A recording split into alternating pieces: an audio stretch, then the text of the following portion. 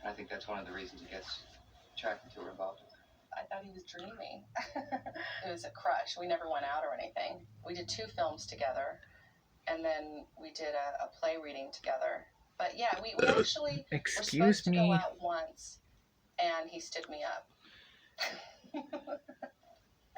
He really stood me up.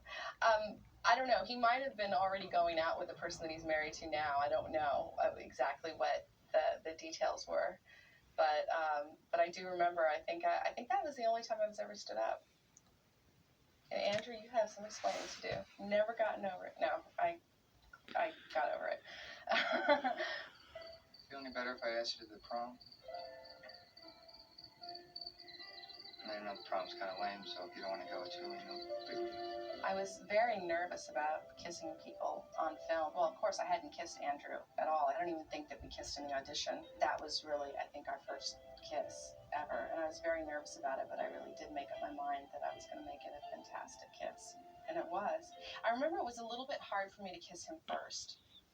And that was, I think that was written in the script, that I kissed him. And it really embarrassed me just as a girl to be the one that initiates the kiss, because I always thought, no, you wait for the guy to kiss you. Of course, you don't kiss the guy. That's wrong. And but that was really important, and I'm really glad that that's the way that it ended up, because I think it's a really sexy kiss, and I like the fact that my character initiates it. I think it's really strong that way, and you really see how much she wants this guy. Having a crush can be really useful or really unuseful. Depends on how far the crush goes.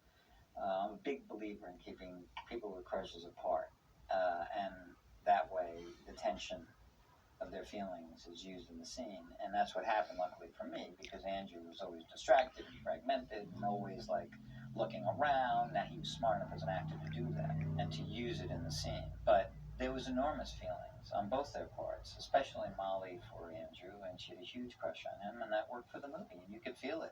But that can work against you. If they get together and they start dating, then that dilutes in the air the feelings, and you can see the air come out of the balloon. So it's important for any director, I think, to factor that in and keep in mind you want that in the movie, not off screen.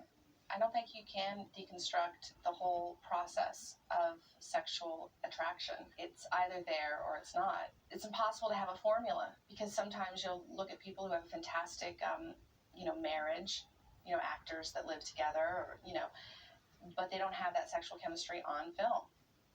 You don't know why. There's actors that don't like each other that can have a fantastic sexual chemistry. There's actors that can just be crazy about each other, and it's not there. You just don't know. I think it's just one of those completely.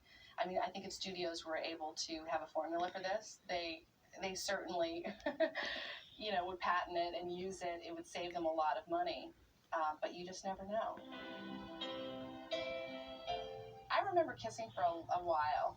And I also had a boyfriend at the time, Dweezil Zappa, who would hang around on the set different times. And I remember him sort of not really being happy about the whole kiss. Do they really have to film it for so long? I mean, haven't they gotten it already? They did it from a lot of different angles, I think. And I remember it took a while to shoot. Yeah, she wanted to do a lot of takes. Molly had a real emotional availability. And she wasn't the sort of, blonde, blue-eyed, thing. She was a unique, quirky individual, which is what everybody feels like, I think, when they're not listening to. I think everyone feels, even if they are blonde and blue-eyed, they feel on the outside looking in to a large degree. And I think Molly just manifested that. So I wanted to know that they didn't break me. And she had a sort of her own innate integrity that came through, so that then people could identify with her and then respect her. Like, well, yeah, she's doing it, I can do it, kind of thing.